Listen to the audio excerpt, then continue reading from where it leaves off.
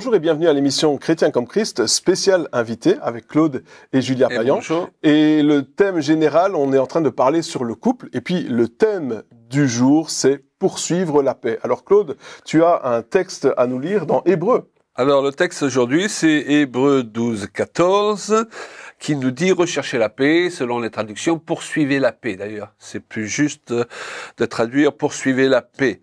Et on se rend compte que pour poursuivre, le terme grec là qu'utilise l'apôtre Paul, c'est un terme qui à son époque était utilisé pour le domaine de la chasse. C'est-à-dire le chasseur, il poursuivait la proie. Et donc, si Paul utilise ce terme-là, particulier qu'il utilise nulle part ailleurs, c'est parce que il veut nous faire comprendre quelque chose de précis, c'est que la paix, c'est pas quelque chose qu'on attend d'une manière passive. Si elle est là, elle est là. Si elle est pas là, elle est pas là. C'est quelque chose qu'on poursuit et on va tout faire pour la garder. Et quand on a le sentiment de l'avoir perdue, eh bien, on va se remettre en marche pour la poursuivre afin qu'elle soit de nouveau au milieu de nous et particulièrement dans notre maison et particulièrement en ce qui concerne le domaine du couple. Oui, c'est vrai que ici, donc, on est en train de on parle des relations, hein, donc dans ce texte, il parle des relations, de poursuivre la paix. Et c'est vrai que la paix, elle est pas toujours là. C'est-à-dire que même si on s'aime, même si on a de l'affection l'un pour l'autre, etc., il y a des fois quand même où on a des tensions. Il y a quelque chose dans l'air. Quelque chose dans l'air. Non, mais c'est vrai. Il y a quelque chose dans l'air. On ne sait pas pourquoi. On se lève comme ça. Et là, c'est pas là. Donc, à ce moment-là, on doit faire des efforts alors. Oui, et je crois que c'est un peu comme la foi. Si on n'entretient pas notre foi, eh bien souvent on est distrait par ce monde et on est tiré vers ce que notre corps ressentit. Je suis bien, je suis pas bien. Nos émotions sont très variantes, surtout la femme. Et donc, en même temps que de garder la foi, peu importe ce qui m'arrive dans la journée, et de garder la paix aussi, ça se fait de la même manière. Il faut vouloir avoir la paix dans notre maison. Et je trouve que parfois, beaucoup d'enfants de Dieu perdent leur paix un peu trop facilement. Hein? Les enfants ont fait du bruit. Ah, j'ai perdu ma paix. Ma femme est allée faire des courses. Elle a oublié d'acheter les galettes de la marque que j'aime bien. J'ai perdu ma paix. On se rend compte que parfois les gens perdent leur paix beaucoup trop facilement. Mais il nous faut réaliser que la paix fait partie de notre nouvelle nature d'enfant de Dieu. Donc finalement, quand on croit qu'on l'a perdue, on l'a pas vraiment perdue. Elle est là. Mais il faut simplement ranimer, comme me dit Paul de le faire à Timothée, la flamme du don de Dieu qui parfois bien n'est plus aussi forte qu'à certaines périodes. Ouais, donc cette paix quelque part, elle est précieuse et peut-être que au début, on va dire que on la perd peut-être rapidement, mais à force de la poursuivre, on va l'attraper quand même. Mais absolument, mais elle est supposée être là parce que c'est le don que Dieu nous donne, n'est-ce pas, avec la nouvelle naissance. Et dans le cadre du couple, il faut qu'on réalise qu'on n'est pas obligé d'être dans le conflit tout simplement parce que l'autre n'est pas d'accord avec nous, par exemple.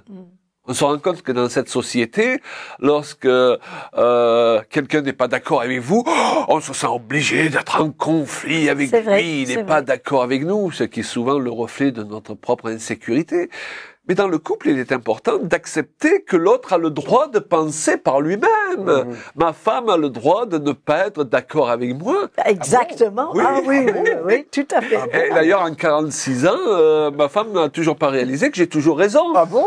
Là, ça va être intéressant, cette émission. Ce qui nous permet d'ailleurs de pouvoir discuter justement dans une ambiance de paix pourquoi on n'est pas d'accord. Souvent, on n'a pas vraiment laissé l'autre s'exprimer parce qu'on a démarré au quart de tour, parce qu'on se sent menacé, parce que l'autre n'est pas d'accord avec nous. Et avec Julia, eh bien, on a un principe, d'ailleurs, lorsqu'on fait nos séminaires, ou les gens qui ont assisté nous ont toujours entendu le mentionner, c'est que nous sommes d'accord de ne pas être d'accord, et il n'y a rien de grave à ne pas être d'accord, au contraire, ça nous permet d'évoluer dans la complémentarité. Oui, on n'a pas besoin de remettre même la qualité de notre couple ou la fondation de notre mariage juste parce qu'on n'est pas d'accord sur un point. Ça peut rester quelque chose superficiel et qu'on peut remettre aussi de trouver cet accord ou de laisser le temps qu'on s'accorde nos arcs ensemble. On n'est pas obligé de toujours voir tout de la même manière. D'ailleurs, on est très différents, mon mari et moi, et cette différence n'est pas quelque chose de négatif pour un couple. On n'est pas obligé d'être compatible à 93% pour pouvoir se marier. Nos différences, c'est un atout dans une vie de couple parce qu'il y a cette complémentarité et il y a des choses intéressantes, il y a des couleurs, il y a des façons justement différentes de voir les choses, mais on n'est pas obligé de laisser ça nous amener dans un désaccord, une dispute, mais plutôt de dire c'est intéressant, tu vois ça comme ça, j'aurais jamais pensé à ça comme ça. Et d'ailleurs, quand on laisse l'autre s'exprimer, souvent, on a des surprises aussi. Oui. Ah, chérie, c'est ça que tu voulais dire. Ah oui, tu ne peux pas laisser parler. Donc, c'est 50-50. Oui, parce qu'en plus, dans ce texte de Hébreu, il dit « chercher la paix à la place de la compétition ». Il y a une version qui dit « la compétition ». Exactement. Et c'est ça, quelque part, c'est de se dire vouloir avoir toujours raison, c'est avoir cet esprit compétiteur de je vais gagner. Il faut que je gagne. Il faut que je gagne. On a cet orgueil quelque part de dire non mais attends, l'homme il va dire non mais c'est moi qui ai raison, je sais. Et puis la femme elle va se dire il pense qu'il a raison, mais tout le monde sait que c'est moi qui ai raison. Et donc on est dans cette optique de je veux prouver absolument que c'est moi qui ai raison. C'est moi qui ai raison. Et c'est la racine de beaucoup de disputes, c'est la racine non seulement des disputes, mais du manque de paix justement, parce que on n'accepte pas. Et même si on veut élargir par rapport au couple, on peut élargir ça à l'Église. Ce sont les mêmes principes. C'est la racine de beaucoup de divisions aujourd'hui, c'est de dire ah mais non, nous on a raison, vous avez tort, et parce que vous avez tort et que nous on a raison, on vous parle plus. Vous êtes inférieur à nous, vous êtes dans le mensonge, vous êtes, etc. Alors que on sait bien ce que l'on croit aujourd'hui, c'est pas forcément ce qu'on va croire demain, parce que on évolue. Dans beaucoup de domaines, on va évoluer. Et même nos goûts, ils évoluent. Hein, ils changent. Avant, je buvais pas le café, maintenant je bois. Oh là là, une Anglaise qui boit du café. Ah, mais il fallait parce que mon mari, il aime l'expresso. Je me suis dit, il faut que je m'adapte. Et toi, tu t'es mis au thé alors Pas vraiment. Ah, il y a encore du travail alors. Encore de la prière. Mais quand dans un couple dit toujours, mais moi j'ai raison, il faut que j'ai raison. En fait, parfois, c'est une cause d'une insécurité intérieure. On n'est pas très sûr de nous. Donc, on a le sentiment, il faut qu'on s'impose pour que l'autre obéisse. Enfin, tout est faussé. En fait, c'est intéressant de voir les choses différemment. Et parfois, mon mari et moi, on aperçoit le même événement ou la même situation, parfois la même réunion qu'on fait. C'est comment toi tu as vécu ça et comment moi je l'ai vécu. Et c'est deux opinions différentes, mais elles sont tous les deux aussi valables. Et comme tu le mentionnais tout à l'heure, ce sont de toute façon les mêmes principes qui permettent à un couple de fonctionner, qui permettent à une église de fonctionner, et à toute forme de relation, aux amitiés de fonctionner. Un de ces principes, c'est il faut être d'accord, de pas être d'accord, savoir être d'accord, de pas être d'accord. Et rester amis et dans la paix. De respecter l'autre et d'admettre qu'il a le droit de penser par lui-même sans que je me sente obligatoirement frustré et dans l'insécurité. Et c'est une forme de respect aussi. Oui, c'est vrai. Et dans le couple, eh bien, le respect, c'est quelque chose d'important. Et d'ailleurs, avant d'être mon épouse, Julia, est la fille chérie de Papa Dieu. Ah, c'est vrai. Et donc, ça alors, je devrais rendre des comptes à Papa Dieu de comment je la traite, de comment je lui parle. Et je crois que si beaucoup de maris chrétiens réalisaient cela, peut-être ils ne parleraient pas comme ils parlent à leurs conjoints, parce que nous avons des comptes à rendre aussi. Hein. La vie chrétienne, c'est oui, Dieu veut nous bénir, mais c'est aussi les comptes que nous avons à rendre par rapport à la mise en pratique de la parole de Dieu. Et avant d'essayer de la mettre en pratique aux extrémités de la terre, spécialement en tant que serviteur de Dieu, pour aller dire aux nations lointaines que Dieu les aime, il faut savoir le dire à ses propres enfants, à son propre conjoint, et le manifester. Et parfois, certains serviteurs de Dieu, ils ont tout à l'envers, quoi. Ce qu'ils devraient donner en priorité à leurs conjoints, bien, ils vont le donner aux extrémités de la terre et à la maison, et bien, ça fonctionne pas, la machine. Oui, mais c'est tout ça, la paix, en fait. C'est que si je sais que nous, on va bien, si mon mari, il faut qu'il s'absente, ou il va quelque part, ou une mission ou autre chose, eh bien, j'ai la paix qui part, j'ai la paix quand il revient, et il trouve la paix dans notre foyer quand ils reviennent. Mais s'il y a déjà un conflit, etc., souvent, l'ennemi, il profite, quand on n'est pas ensemble, de remuer un peu tout ça, et la situation peut s'empirer, et pourtant, il n'avait pas grand-chose au début de la situation. Oui, et puis il y a aussi quelque chose d'autre qui détériore la paix, parce que là, ici, on parle beaucoup des discussions, de ce qu'on peut dire ou de ce qu'on peut penser, etc. Mais il y a aussi les décisions, c'est-à-dire que si par exemple le mari il décide, il dit voilà, moi j'ai décidé, je connais des couples comme ça où le mari un jour il revient à la maison et il a acheté une nouvelle voiture. Par exemple, mais ceux-là, je connais très bien. Alors, qu'est-ce qui s'est passé? Oui, alors c'est une leçon que nous avons appris ou que j'ai particulièrement appris il y a plusieurs années. Je crois que tu es meilleur que moi pour la raconter. Oui, mais parce que tu mets plus de panache dans les amis, c'était simplement que, voilà, mon mari, on avait vraiment besoin de changer de voiture et on devrait partir avec les enfants en Suisse pour une tournée. Et on cherchait une voiture, mais on n'avait pas beaucoup d'argent à ce moment-là. Et il avait vu une voiture sur le bord de la route où c'était marqué à vendre.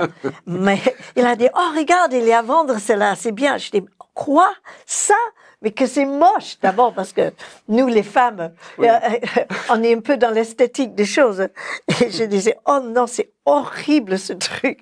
Et quelques jours plus tard, il arrive à la maison avec les clés en disant, hey, ça y est, j'ai acheté la voiture. Quoi? Les clés de la nouvelle voiture. Et là, il n'y avait plus la paix tout d'un coup. Non, parce que... Il y avait plutôt de la manipulation. Hein. Et je sentais vraiment un peu trahi parce qu'on n'a pas pris ces décisions ensemble. Et c'est très important dans un couple que, pour des grandes décisions, bon, s'il va acheter une pain de chocolat ou un croissant, je n'interviens pas. Mais si c'est une question d'acheter une voiture ou de prendre des décisions pour l'éducation des enfants, il faut que le couple soit d'accord dans ce cas-là et prendre le temps de trouver la paix pour ça. Et dans cette histoire de voiture, c'était pas du tout le cas. En fait, pour raccourcir très courtement, le jour même qu'on doit partir en tournée, on est allé pour chercher les sacs couchages à l'église et 5 minutes après notre départ, les enfants étaient encore à la maison. Les gens nous faisaient signe et je dis, oh, regarde, les gens sont super gentils aujourd'hui. Oh, bonjour, bonjour. Pourquoi je connais pas, salut. Et en fait, ils nous signalaient qu'il y avait le feu. Sous la voiture. Sous la voiture. Et que ça fumait. Et d'un coup, le fumée commence à sortir par les trous d'aération et tout ça. Et on a eu le temps de garer la voiture, sortir de la voiture. Et regarder. Et regarder cette belle voiture partir en fumée. Un holocauste offert à l'Éternel. Et moi, j'ai regardé mon mari, j'ai voulu tellement dire. Dans tes yeux, t'avais raison. Oh, je voulais tellement dire, je t'avais dit, voilà. Mais bon, on a appris une leçon. Ouais. Et, mais c'est vraiment ça, cette leçon-là, elle est extrêmement importante dans un couple, de pouvoir avoir la paix dans les décisions qu'on prend. Et nous, je sais, dans notre couple, quand on n'a pas la paix, on ne fait pas. Absolument. Donc, si on n'est pas d'accord ensemble, il faut mieux attendre. Eh bien, on attendra d'être d'accord, on attendra de trouver une confirmation de la part de Dieu. On attendra qu'on soit au même diapason. Moi, j'ai une autre histoire, c'est d'un ami qui, lui, il a fait l'inverse. C'est-à-dire que il est arrivé, puis il a eu à cœur de donner la voiture. Et donc, et sa femme, il est revenu à la maison et il a dit, chérie, j'ai donné la voiture. Et puis, donc ils avaient une voiture et puis un pick-up avec une benne à l'arrière et puis et donc du coup, il allait conduire les enfants et les enfants ils étaient dans la benne, dans le froid et là ils regardaient leur père avec ses yeux pleins d'amour et de reconnaissance. Je pense que parfois il y a des conflits qu'on peut éviter très facilement, simplement si on... Et la Bible nous dit comment deux peuvent marcher ensemble s'ils ne s'accordent pas préalablement. Et puis dans un couple, on est deux, il faut que les deux voix aient le même poids. Oui. Hein, absolument. Oui, parce que l'homme, il aime dire, bah écoute, c'est moi le chef, c'est moi qui décide. Toi, femme, sois soumise. Ah oui, mais moi je suis son aide, rappelle-toi.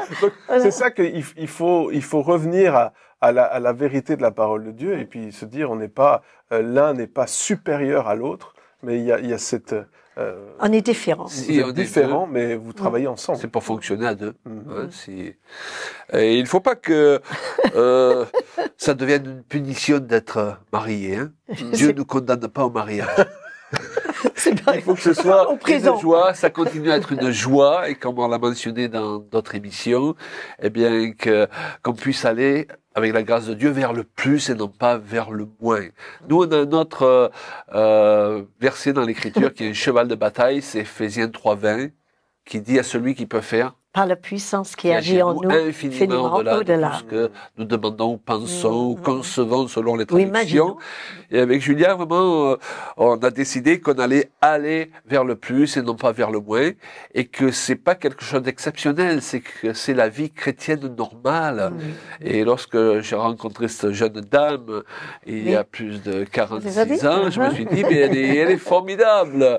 Mais 46 ans après, 46 ans de mariage après, eh bien, je la trouve encore mieux. Et Dieu veut que ça fonctionne comme ça dans notre vie, qu'on aille vers le plus et qu'on soit surpris parce que le meilleur se révèle au fur et à mesure de notre marche. La Bible parle d'aller de gloire en gloire, et ça peut concerner notre relation avec Dieu, mais aussi notre relation avec les autres, notre relation dans le couple, parce que ça a commencé avec un couple dans le jardin d'Éden. Dieu a mis un homme et une femme. Ils n'étaient pas là pour se faire bronzer. Ils savaient que ça pourrait marcher. Il les a placés là pour dominer ensemble. C'est ça. Et donc, ensemble. Le couple, c'est pas l'homme derrière la femme ou la femme derrière l'homme. Ils sont côte à côte.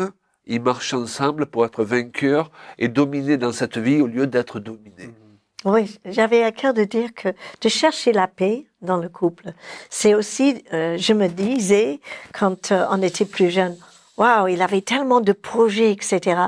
Et je voyais la valeur que si je travaille pour faire une sorte que mon mari, il soit en paix à l'intérieur, qu'il va pouvoir avancer dans la vie, être content.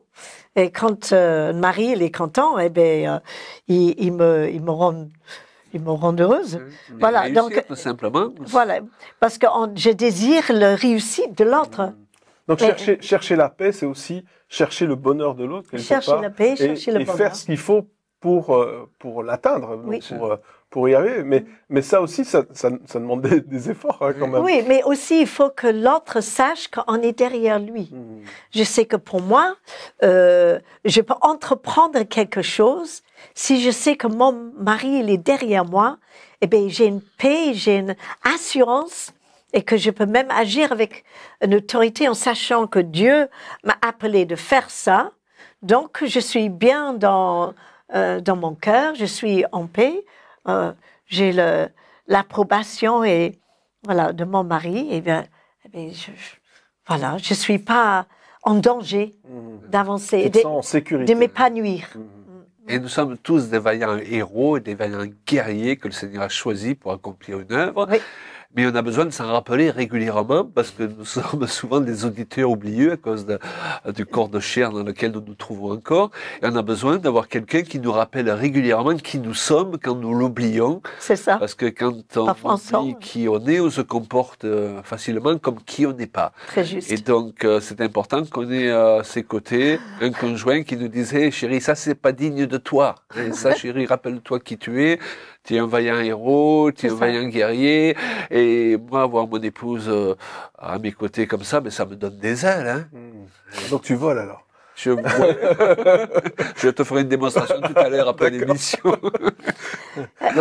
C'est ça, c'est important de dire, voilà, je vais chercher la paix, de dire je vais chercher la paix, je vais chercher à encourager l'autre, je vais chercher le bonheur de l'autre. Et puis, tu as dit aussi, je vais aussi, quand je vois que l'autre, il va sur une mauvaise voie. On est vaillant zéro, au lieu de vaillant héros. Vaillant zéro. Oui, Eh bien, je vais dire, ah, mais ça, c'est pas juste, ça, Ouais. c'est pas. Ne t'inquiète pas, on est là pour Voilà, ça va rassurer. aller. Mais ça, c'est donc toutes ces choses-là, parce que comme tu disais, souvent on a tendance à dire ah oui, mais je veux évangéliser la terre entière, je veux prêcher aux nations, je veux aller loin et faire des grandes choses pour Dieu, et c'est extraordinaire de vouloir faire ça, mais ça commence avec notre couple et puis notre famille, notre maison. Et donc forcément, ces choses-là, elles se travaillent, et puis Ça se travaille. on n'a pas, parce que la paix aussi, elle vient quand on accepte que l'autre, il est en devenir et il n'est pas encore. Hein, parce que souvent, on se dit, ah oui, mais non, mais attends, moi, j'ai lu dans la Bible, l'homme, il doit être comme ça, comme ça, comme ça, ou la femme, Proverbe 31, la femme, elle doit être comme ça, comme ça, comme ça. J'ai signé pour ça. Et donc, toi, tu dois être conforme à ce que moi, je veux. Et ça non plus, c'est pas comme ça qu'on va avoir la paix. On va pas avoir la paix en disant à l'autre, tu dois être comme ça. On doit avoir la paix en faisant nous-mêmes des efforts pour que justement l'autre soit heureux. Mais totalement, c'est un effort. Et c'est un effort constant dans chaque chapitre de notre vie. Quand on est jeune, quand on a 20 ans, on s'est marié quand on avait à peu près 20 ans, on n'est plus la même personne quand on est à 30 ou 40. Et il faut s'adapter, ajuster les choses chaque fois, d'accepter aussi de vieillir un peu et d'être parfois un peu moins efficace dans certains domaines. Et ensuite, il y a des épreuves qui nous secouent, qui veulent enlever ce paix. Eh bien, on peut se réfugier, bien sûr, en Dieu, mais Dieu, il se manifeste à travers la présence de l'époux qui est à côté de nous. Et c'était, mais tant qu'on est tous les deux, eh bien, ça va y aller. Le Seigneur, il va nous aider à parfois reconstruire, recommencer. Et ensuite, il y a parfois où on est fâché, on a un bon petit moment de conflit. Ouais, de conflit. Et ça, il faut désamorcer les choses rapidement, justement, on disait tout à l'heure, pour que ça accumule pas. Mais il y a ce verset dans la Bible qui dit « Ne vous couchez pas sur votre colère ». Mais parfois, il y a un petit malentendu. C'est que parfois, on est crevé et on n'est pas en état de régler les choses tout de Ça veut pas dire qu'il faut suite. tout régler avant de se coucher. Et qu'on peut quand même dormir. Et moi, je vais relever ce passage, je vais l'aider. Dans la paix, je me couche et je m'endors aussitôt. Grâce à toi, l'Éternel, je demeure dans la sécurité dans ma maison. Et donc, même si on n'est pas d'accord, même si on est en pleine On processus, se couche d'accord, pas être d'accord. on se couche, enfin, voilà, c'est ça. On va se coucher, on va se dire, voilà, on va rester quand même en paix. Je t'aime, mais je suis pas d'accord. Mais c'est pas une chose qui va ébranler ou de remettre en question notre union. On va pas y aller chercher à déterrer les racines ou oui, mais la fondation de notre union, notre mariage. Chaque fois qu'on dispute, je vais pas dire, oh, pourquoi je suis mariée avec toi? Ça fait 50 ans, on est mariés. Non. Ça, il n'y a pas de souci. On va trouver des solutions, mais pas tout de suite. D'abord, il faut qu'on dort. Hein? Parce que quand on est fatigué, on dit n'importe Tout quoi. qui aboutit. Absolument. Et d'ailleurs, il y avait un C'est vrai. dessin sur Facebook il n'y a pas longtemps là, que j'ai bien aimé. C'est le mari et la femme là qui ont l'air complètement épuisés et un des deux dit on a décidé qu'on se coucherait pas sur notre colère. Ouais. Ça fait 5 jours qu'on ne dort pas. Non, mais c'est ça. Et en même temps, c'est juste, hein, des fois, on est trop fatigué que pour régler le problème, mais il faut le régler Quand tout de même. suite Oui. au réveil ou le lendemain. Pourquoi? Parce que Oui, il faut pas laisser traîner. voilà, parce que lorsqu'on absolument. laisse traîner, ce qui se passe, c'est Ça que s'installe. ça s'installe, ça grandit, il dit l'amertume, elle grandit, et puis elle produit des rejetons, et puis ça grandit, et puis il y a des couples qui se séparent suite à une dispute, et puis quand on leur demande mais pourquoi est-ce que vous vous séparez, ben ils savent plus. Ouais. Ils ne se souviennent plus de la dispute initiale, mais ils ont tellement laissé Ça a traîner pris une ampleur. et pas régler les choses que même sans en parler, en faisant semblant de rien, en mettant ça de côté, eh bien ça ne se réglera pas. Et ça c'est quelque chose que les gens doivent absolument savoir, Ah, oui. c'est que le fait de ne rien dire et de faire semblant que tout va bien ne réglera jamais la situation. Absolument. Il faut absolument à un certain moment percer l'abcès et le plus vite possible, parce que plus on attend, plus l'abcès est gros et plus c'est dégoûtant. C'est la vérité. Et donc, il y a l'extrême de vouloir de laisser traîner trop, et il y a l'extrême de vouloir aussi régler de suite, Oui, alors qu'on n'est pas d'état. Ouais. Et c'est là qu'il faut accepter, ben, chérie, on s'aime, on n'est pas d'accord, et on est d'accord là-dessus, on va se coucher. Et puis quand on sera à même en état de pouvoir parler de ces choses rapidement, on aura dormi, on sera, les montagnes vont pas être aussi grandes. Ouais. Mais parfois, il y a des urgences aussi. Parfois, il y a des situations graves où on ne peut pas gérer des choses tout de suite. Mais il faut revenir sur ces choses parce que quand on a un choc ou une douleur, c'est pareil. Si on l'exprime pas ou si on passe pas par un deuil ou autre chose quand on perd quelqu'un, cette douleur intérieure va ressortir un jour. Peut-être pas une maladie ou pas autre chose. Donc, si on aime notre conjoint, pour lui et pour moi, on a besoin de faire des petites réunions au sommet et d'aplatir des choses et de retrouver la paix. Et ça équivaut à se décharger sur le Seigneur de toutes ces choses-là, parce qu'on les lui confie. Ouais. Oh, et puis il y a gloire à ça Dieu. aussi, il y a le fait que des fois, eh bien, pendant la nuit justement, ou pendant qu'on prie, pendant qu'on prend du temps avec Dieu, ben, le Saint-Esprit il va nous parler, il va nous convaincre aussi. Oui. Nous, on disait mais non, je suis pas d'accord, c'est moi qui ai raison. Et puis le Saint-Esprit va nous dire est-ce que tu es sûr que tu as raison? Puis est-ce Oui. que c'est si important Et oui, que est-ce tu aies que c'est si raison? important que tu aies raison? Et là aussi, écouter la voix de Dieu dans ces situations-là va nous aider à poursuivre la paix, va nous aider à attraper la paix, à garder la paix, à restaurer la paix. On doit être de ces hommes et ces femmes qui ont vraiment, en tout cas, déjà premièrement dans notre couple, cette mission de chercher la paix. Parce que quand on commence avec le couple, eh bien, on va pouvoir continuer avec notre famille, puis continuer avec nos relations, continuer avec notre ministère, notre mission, le travail, etc. Donc c'est vraiment un but dans notre vie de dire, voilà, moi je veux être celui qui cherche et qui trouve la paix.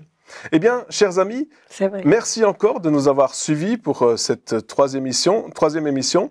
Et on va terminer là avec ces émissions spéciales invitées avec Claude et Julia Payan. Et on espère que vous avez pu apprendre des choses et surtout, vous allez pouvoir les mettre en pratique.